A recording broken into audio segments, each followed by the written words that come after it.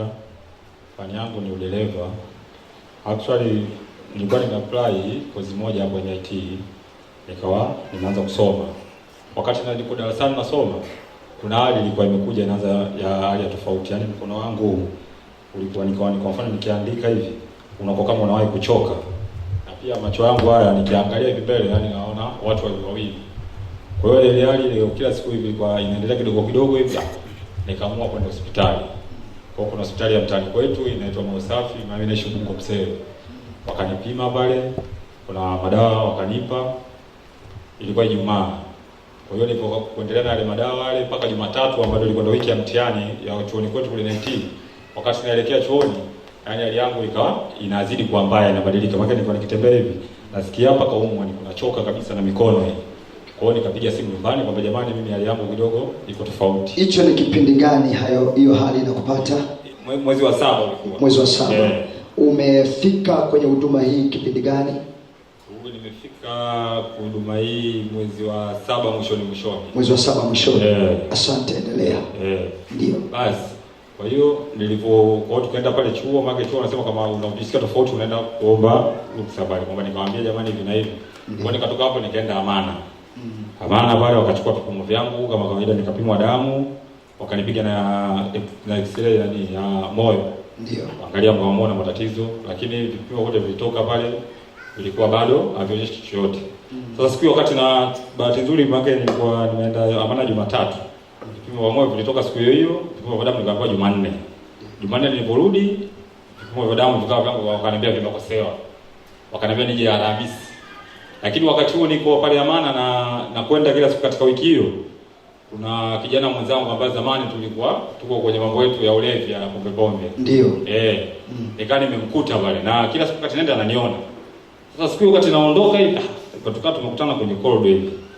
Kaniambia ulimkuta chuoni? Nilimkuta kule hospitali ya Amana. Yeye alikuwa anafanya kazi ya Amana. Okay. Nikaanza sasa namueleza. Ndio. Kwa bwana mimi naumwa. Ananiambia kwenda kuona hali yako kweli uko hiki. Tatizo nini? Nikaanza jaribu kumweleza bwana, mimi tatizo langu bwana najisikia hivi na hivi na hivi na hivi. Kazi zetu za udereva nasikiliza kuna kitu wanifanyia, kwa hiyo kuna jamaa zangu nimeongea nao. Mimi kuna mganga fulani nimeelekezwa, kuna sehemu nataka niende huko maeneo ya Kitunda. Wewe ndio unamwambia hivi? Ndio namueleza sasa. Sasa yule kwenda kumueleza vile akaniangalia. Akasema bwana wewe unaenda wapi huko bwana? Yaani akanipa ananielekeza sasa kwa bwana huko sio bwana, mimi kuna kanisa fulani liko Makongo. Kanisani kwetu uje kule wewe upate maombi. Sasa mimi kwa kipindi kile na mimi nikimwangana na huyu ananichanganya huyo. Maombi nikamwambia hebu nige namba yako nitakupigia. Ndio. Kweli mimi nilichukua namba yake, namba yangu kuchukua. Nikaandika namba yake. Akasema kata hivyo kwa sababu hapa siku nilipokuja kupata majibu, daktari ndo alinishauri bwana, wewe unapokuona kuna kliniki moja iko Temeke inaitwa Nela. Naenda kule karudie vipimo ulivyofanya hapa Amana.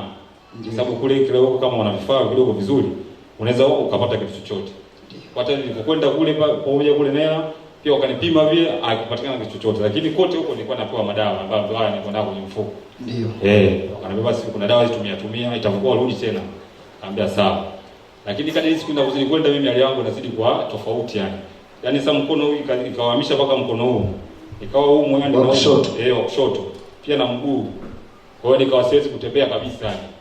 Nikawa mtu wa nyumbani tu pale yani siwezi kufanya chochote. Kwa hata chuoni ulikuwa umeshinda. Yani siwezi yani kufanya kitu chochote yani. Kwa hata kitandani hivi na baba mtu nilale naye ananinua mkono. Yani unaweza kujisaidia. Macho yangu nikiangalia nisi kama nataka kutoka kabisa yani nikiangalia chini. Kwa hiyo nilikuwa navaa kofia hata mwanga hivi kwa simtaki kabisa hata kusikia. Nataka kiza fulani. Basi wakati huo sana naendelea na mimi sikuamini mambo ya huko ya Mungu wala nini, na huyu jamaa wangu sijawahi kumpigia simu tena kutoka kule Amana. Kwa hiyo nikaendelea tu na taratibu za hospitali.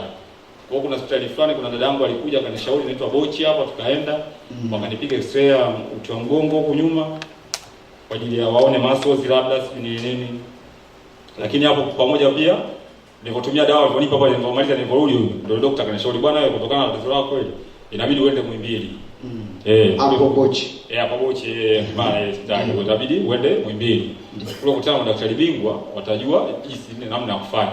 Ndio. Kweli nikapata transfer Muhimbili. Muhimbili kule wakanitoa damu, wakanipiga na kipimo CT scan nini.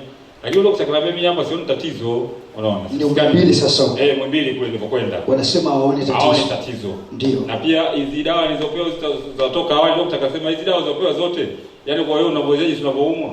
Sio dawa za ugonjwa wako. Unaona.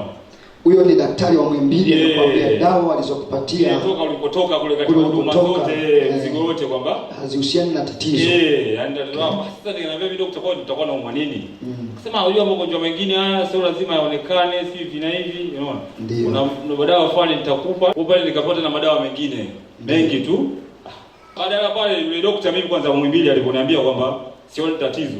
Mtu wa kwanza kumface ni yule ambaye kijana mwenzangu ambaye nakutana naye Amana. Sawa sawa. Ikabidi nimpigie simu. Kwa sababu namba yangu alikuwa hana, nimpigie bwana vipi? Hata vipi unaendeleaje? Nikamwambia na hata wakati naenda hospitali nilikuwa simshirikishi. Nikamwambia bwana bibi dada yangu bwana nikamwambia. Kwa sababu leo nikitoka kazini nitakupitia nyumbani kwenu kwa sababu yeye anaishi Gorani mimi naishi Msele. Kwa hiyo ni rahisi sasa akapita hapa akaenda mtaani kwao. Kwa hiyo akapita akaja pale kweli akaniangalia hali yangu akaniona yeye kweli bado naumwa.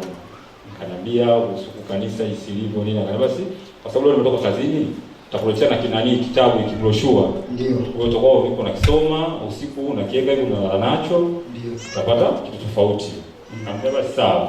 Kweli kesho yake akapita nacho kile kitabu akanipa. Nikawa nakisoma soma. Kuna kitu kweli nimesikia tofauti. Ile kisikia tofauti, pata hiyo tofauti.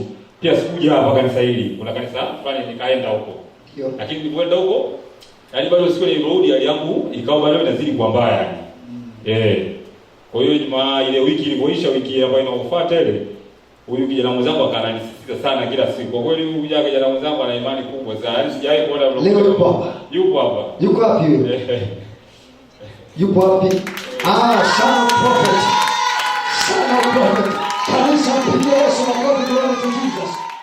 Basi akawa kila siku anambia bwana huyu kule kanisani kule twende kanisani kwetu kule, yaani kuna kitu utakuwa nikamwambia wewe kwa sababu mimi hapana. Sasa nikiona kwa sababu kile kitabu kile naona mbona niambia yeye kama mdogo huyu, unaona. Sasa wewe unaponiambia lazima kwa vijana tunakuambia kama hivi kuna manabii wa uongo au vipi, yaani kwa kweli sijali, simuelewi kabisa. Sasa kanajeli ananipigia simu kila siku, yaani ananivumilia bwana Jumapili usikose. Nikamwambia ina shida tutakwenda. Basi ilipofika na usiku ilikuwa epibasti yake, ilikuwa wiki inayofuata ndio kwenda Kibaha. Ndio. Mimi Jumapili ya kwanza ndo kufika hapa kanisani. Ndio. Na bwana kuweka kiukweli mtu mmoja yani kalionyesha upendo mkubwa sana yani. Kwa sababu yani sijawahi kuona yani bwana ndugu zangu kwa kweli yani nasema huyu mtu kweli kaokoka huyo. Yeye akinipokea kwanza anacheka anasema ni wewe leo unaenda kupona wewe leo. Huko utapofika wewe humu hii. Pigia Yesu makofi, haleluya. Thank you Jesus. Glory belongs to Jesus. Asante Yesu.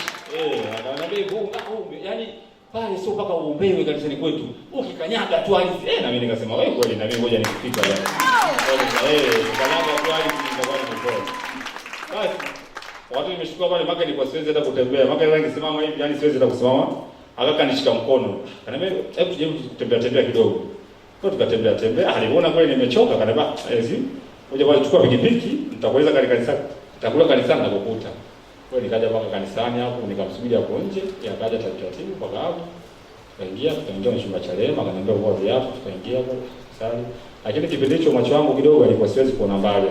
Ndio. Hapa naona kidogo kwa hapa hivi. Yaani mtu hapa nimsikia kwa sauti. Sasa nilipofika sikio nikaa tumekaa hapo sisi tulizokaa leo zile. Ndio pale. Watu wakawa huko wanaona inaimba kama kawaida hapa na mimi nikaa nimekaa sana. Nimekaa pale naona vitu hata sielewelewi. Sasa hapa kwa nitapata wokovu mimi. Naona kama sasa nimekaa kuna sister mmoja ambaye anayepresenti hapa. Ikawa kaja hivi. Sasa unaona anasema ni kama ananiambia mimi, amekuja hapa mbele ananiambia kama mtu umekuja mgonjwa leo huwezi kutembea. Sasa mbona kama huyu ananiambia mimi huyu? Sijui nini yani sijui amka tumwambie Mungu wako nikasema ngoja nijaribu. Nikawa nimekaa kwenye kiti pale, nikainuka kama siku ndo nikaweza nilisoma kama dakika 10 hivi. Nikacheza hapa mtiki, baadaye nikashika ile hali nirudi kama kuchoka nikaa pale kwenye kiti kama kawaida. Basi ile baada hapo dada alikusema kwamba Jumamosi yao jamani itakuwa Kibaha hivi na hivi. Nikaa basi baada ilipoisha, jana mwenzangu lakini walipoondoka huko njiani akawa ananipa mtungua. Ananiambia sasa huko Kibaha, unaona pale kanisa kwetu? uko Kibando hatari sasa. Yaani wewe ukifika pale Kibaa yani hata kama hujaombewa yani unaona kweli kwanza leo wewe umepona kabisa. Sasa mimi najiangalia sasa mbona sijapona huyu bwana huyu anafungua. Umeona? Anaambia wewe amini tu wewe umepona yani leo tofauti sivyokuwa na amani. Yaani leo unapokuwa nini? Wewe umepona kabisa wewe. Nikamwambia bwana haya bwana. Ngoja siku hii Jumamosi ifike. Kweli basi katika zile wiki mpaka ile Jumamosi ilipofika, kweli akanichukua tukaja hapo tukapanda. Tena siku ile siku ya mabasi nilikuwa na hali yangu sikupata hata siti. Nikasimama nikaomba Mungu akaniambia, "Wewe leo utasimama usikae usiombe kitu, tusimame hivyo hivyo. Utafika tu Kibaa." Basi siku ile ndio siku ya kwanza mimi kweli ndio kusimama mpaka Kibaa ndani ya gari. Wakaenda mpaka Kibaa tukashuka pale. Na kule tuliposhuka kweli na kuna ndugu yangu mmoja mimi kwa siongee naye na miaka kama miwili hata mitatu, bla zangu kabisa kuzaliwa. Ambaye kutoka yeye ndio mimi. Wewe hata aliniambia wewe huyu akirudi na pombe zake mwekee tu kitabu kile broshua. Sema maneno yako yote unataka yeye afu asubuhi tumwambie hebu twende kanisani. Hawezi kukatalia. Hii kweli nilipomwekea ile kitabu ile siku hiyo kama ilikuwa Ijumaa karudi hivi. Na kwa pombe nikaongea nikamwekea hivi ile asubuhi nikakitoa. Nikamwamsha bwana kwa sababu hata mwenye anashangaa kwa nini huyu jamaa anaongea naye tukatuongei kabisa. Nikamwamsha bwana twende kanisani kwa maombi. Kuna maombi leo basi ngoja nioge. Yaani hakujibu kitu chochote yani.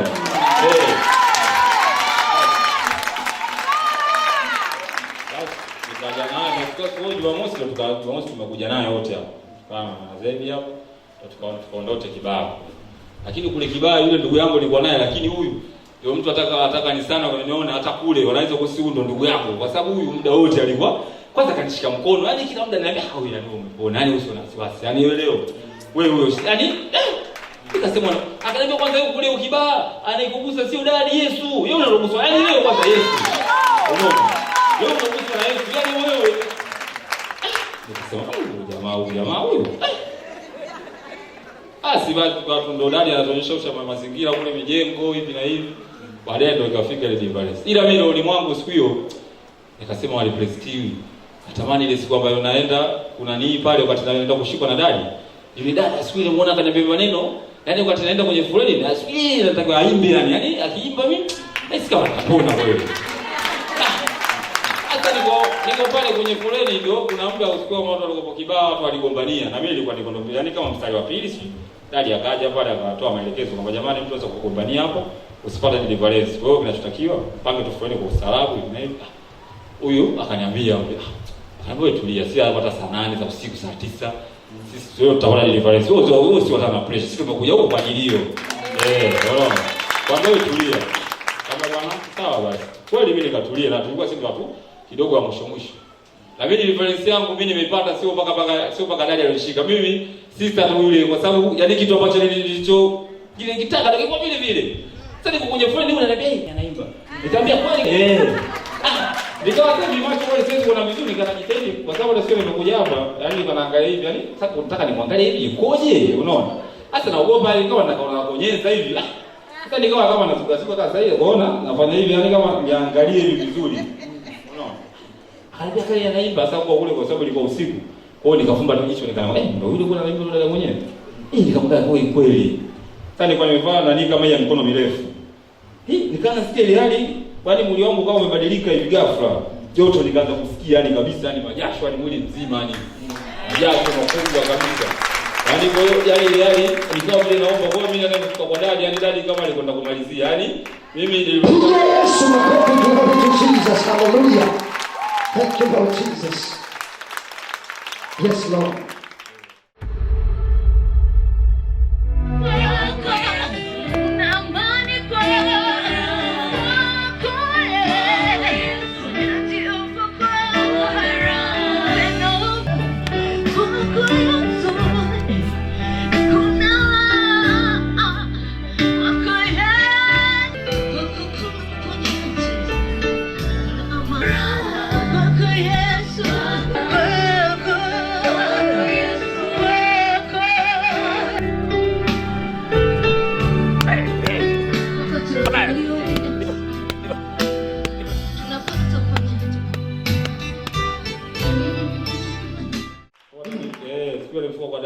Sikuwa na kumbukumbu nilianguka. Ni huyu baadaye ndo anakuja ananiambia uliongea sio kizungu sio kichina sio kitu gani.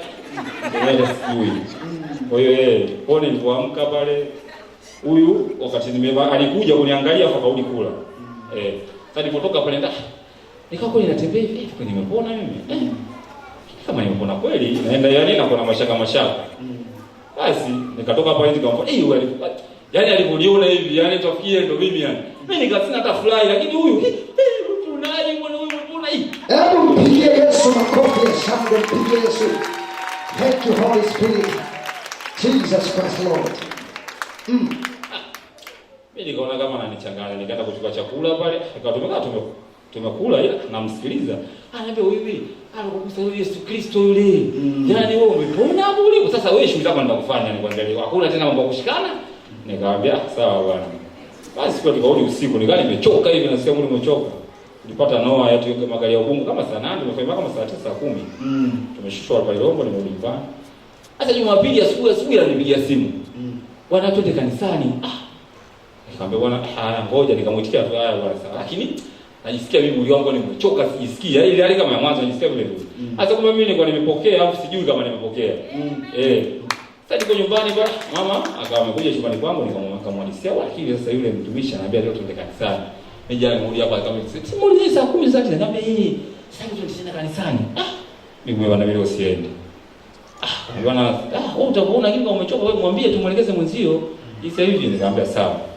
Ila baadaye kuna leo na bwana wewe bwana wewe tunaenda kanisani bwana leo. Basi nikajiandaa. Hapo nipigia simu vipi? Nimefikia hapo nikamwambia tayari nakuja. Nikamwambia kweli. Jumapili tulikuja hivi. Sasa tumekaa yule kuna sister Neema alikuwa amekaa. Akawa anaelezea yani kuna watu wamepokea hapo hawajui yani kwamba sasa ile somo na maana sipaka singokuja bali ugonjwa wangu wewe ungeendelea kunisumbua. Sasa nimekaa kwenye kiti pale. Anaeleza vizuri sana yule dada. Akaeleza ni watu jinsi kupokea niko na mimi kweli mbona mimi jasho alitoka mimi nimepona kweli Yesu nakopa. Thank you Lord. Nikasema mimi kweli nimepona bwana mimi siumu.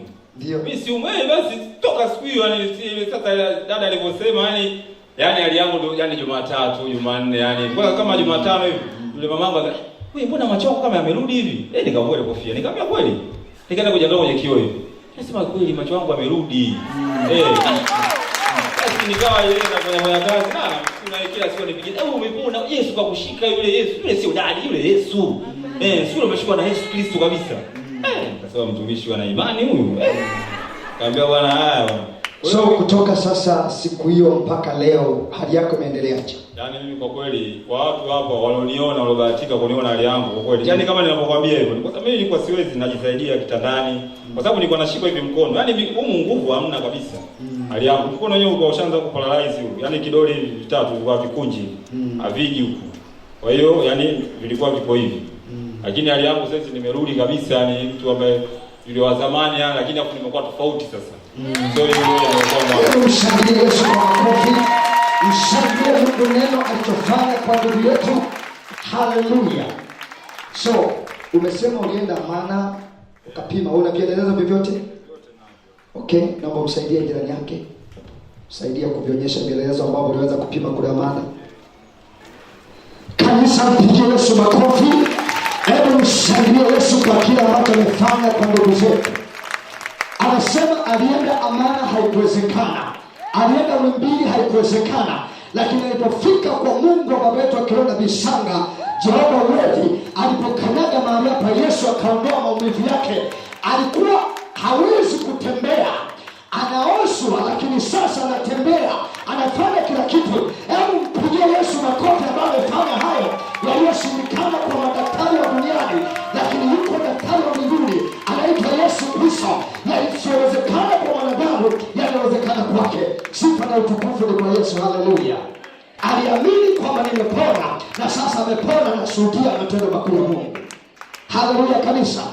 Haleluya kanisa. Ndio. Kuna Jumapili moja hapa dadi alinipa unabii wangu yani. Kama watu walikuwa kanisani sio walikumbuka. Mtumishi hapa alikuwa hela aliambiwa kabisa kwamba anafaa kuwa mtumishi. Ndio. Na mimi pale niliitwa kwamba niliambiwa kwamba yani wewe kijana ambao una survive kwenye maisha yako. Tunaona yani kuna vitu vingi ila kwa sasa hivi nyota yako imerudi. Sasa jamani sio niambie kitu gani. Yaani kwa mtu ambaye aliona kanisani nyewe mnaniona jinsi nilivyo yani mtu ambaye yani wa tofauti hata pale mtaani kwangu anashangaa yule bwana anafanya kazi wapi lakini? Mbona sasa hivi anaulamba sana? Unaona? Mtu ambaye nimebadilika yaani ule mradi wangu nafanya nini? Watu kwanza simu nyingi napata mimi kwa upande wangu za kazi, watu wanapigwa sana kwa kazi. Wewe? Mimi mwenyewe binafsi. Simu zimeanza kupigwa. Yaani nyingi sana zinapigwa. Za kazi. Sio wewe unampigia lakini unakupigia. Hebu kanisa mshangilie Yesu kwa kibali ambacho ameachilia. Baada ya Mungu kumwangazia mahali hapa, Mungu akaachilia kibali kwake. Sifa na utukufu ni kwa Yesu Kristo aliye hai.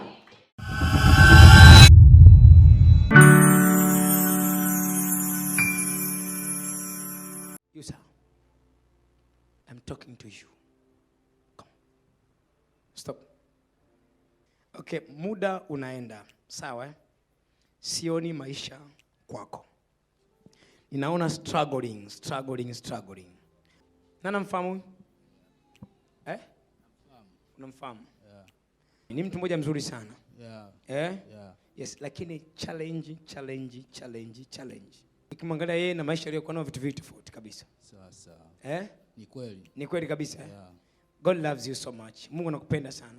Umekuwa ukisafa sana. Ukifight kutoka. Unaelewa? Ukifight kutoka. Yaani kuweza kuwa na maisha ukifight, ukipambana sana. Pambana sana. Kwenye kila issue ukipambana sana lakini hakuna future. Ni kweli. Yeah, God loves you. Time is going. God loves you so much. And God, you evil spirit, now leave this man. Leave. Come out of him. Yes, he's coming out. Yes, leave his destiny. After this deliverance, this man is a very good man. Come out. Yes. Achia tima yake. Yes. He's going. Come out. Yes. Achia fahamu wake. Achia fahamu. Mighty name of Jesus. In the mighty name of Jesus. Okay. Yeah, God loves you. The spirit come out. You're free. Sawa. You're free now. God loves you. Mpaka majuzi yani kwenye wiki ya mtaani kwetu pale kuna jamaa mmoja hivi jirani hivi. Ndio. Amekuja na banda la TV la kuonyesha mipira hivi. Ndio. Ni kijana tu. Mimi siku ile nimetoka zangu dukani nimekutana naye njiani yani. Bwana samani kaka nikamwambia sawa mambo. Bwana mimi nakuonaona hapa nikamwambia ndio huko nikamwambia bwana mimi najua na biashara yangu pale naonyeshaga TV lile banda nimelichukua sema mimi kuna muda nakuwa niko busy. Mimi naomba tushirikiane bwana. Wakati mimi sijachanga kitu chochote wala nini.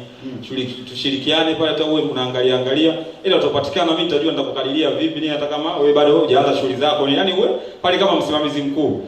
Yaani toka siku hiyo tumekwenda yani hatujaandikishana. Yaani ma TV hii siku nini yani mtu from leo yani anakuamini moja kwa moja. Yaani kushafuka mali kwa Mungu yani. Yaani kuna vitu pale vinakuja automatically yani. Kabisa. Naona vitu vikubwa sana kwenye maisha yangu ambapo before sijawahi kukutana nayo, yani sasa hizi naona kama maajabu. Kwa sababu yule ana rafiki zake, yani naona vitu ambavyo Mungu wa mali hapo sio mchezo kabisa. Hebu mpigie Yesu makofi, glory to Jesus. Sifa na utukufu ni kwa Yesu. Ulisema mwanzoni wakati umekutana na huyo kijana rafiki yako hapa, ulisema ulikuwa na plan ya kwenda kwa mganga kienyeji si wapi huko? Kwa zote sisi madereva yani madereva wenzangu yani kutumia mimi nauma. Bwana jamani mimi nauma. Wewe tayari kuna jamaa mmoja yuko hivi ndo ni huko. Sasa nikuulize swali. Baada ya Yesu kuyafanya haya yote, bado hiyo ndoto ya kwenda kwa mganga kienyeji ipo? Sasa hilo swali sio nilijibu vipi. Ila kwa sababu hapo nilipo hadi hapo wale wenyewe ndo nawaambia yani madereva wenzangu kwa jamani joeni. Unasema mimi nimeenda huko yani sio mchezo. Yesu makofi, hallelujah. Thank you Jesus, hallelujah. Yes Lord. Anasema kuna mahali nimeenda ambapo kuna mganga aliyeshindikana anaitwa Yesu Kristo. Tatizo lako ukifika atalitatua. Hebu mpige Yesu makofi ya shangwe bila watu Jesus. Asante Yesu. Na yale madawa ambao ulikuwa umepewa kule hospitalini ambao ulipoenda pale Muhimbili wakasema kwamba haya madawa yalikuwa sio sahihi kwako. Hebu yafunue tuone. Jesus. Hizi ndio sumu zote walikuwa na kuingizia. Jesus. Hebu kanisa, mshangilie Yesu kwa makofi. Mshangilie Yesu kwa makofi. Pigia Yesu aliye hai, anayetenda kazi kupitia baba yetu akiwa nabii Sanga, mwenye uwezo wa ajabu, aliyemfungua na vifungo vya madawa haya. Sante Yesu Kristo mkono aliye hai. Na sasa hivi bado naendelea kuyatumia madawa tena. Sasa hivi azaidi yani Yesu Kristo yani anatosha kabisa. Haleluya. Bwana Yesu asifiwe sana. Watoto wa Mungu, tuamini kitu kimoja, Yesu Kristo anatosha kwenye maisha yako siku ya leo. Ukiamini anakwenda kufanya kwako. Haleluya. Ndugu yetu, Mungu akubariki sana, na mtumishi wa Mungu sana uprofeti. Kazi yako sio bure mbele za Mungu. Haya ni matunda mbele za uso wa Mungu. Alikuwa amepanga kwenda kwa waganga kienyeji, sasa amesarenda kwa Yesu. Nafsi yake kusalimika, manake taji yako mbinguni na ng'aa katika jina la Yesu. Hiyo kazi sio bure, maana kazi zetu zinakwenda kung'aa mbele za Mungu kutokana na nafsi zinazovunwa kutoka ulimwengu wa giza. Kwa ndugu yetu, kazi yako sio bure. Endelea na hiyo kazi na Mungu atakutunza. Kanisa, mpige Yesu makofi ya shangwe kwa Jesus. Mungu akubariki sana kaka. Endelea kutunza ushuhuda wako, na nuru ambayo imekuangazia itakupeleka utukufu kwenda utukufu katika jina la Yesu. Thank you Holy Spirit. Thank you Jesus. Keep watching POG Family TV. Jesus Christ loves you.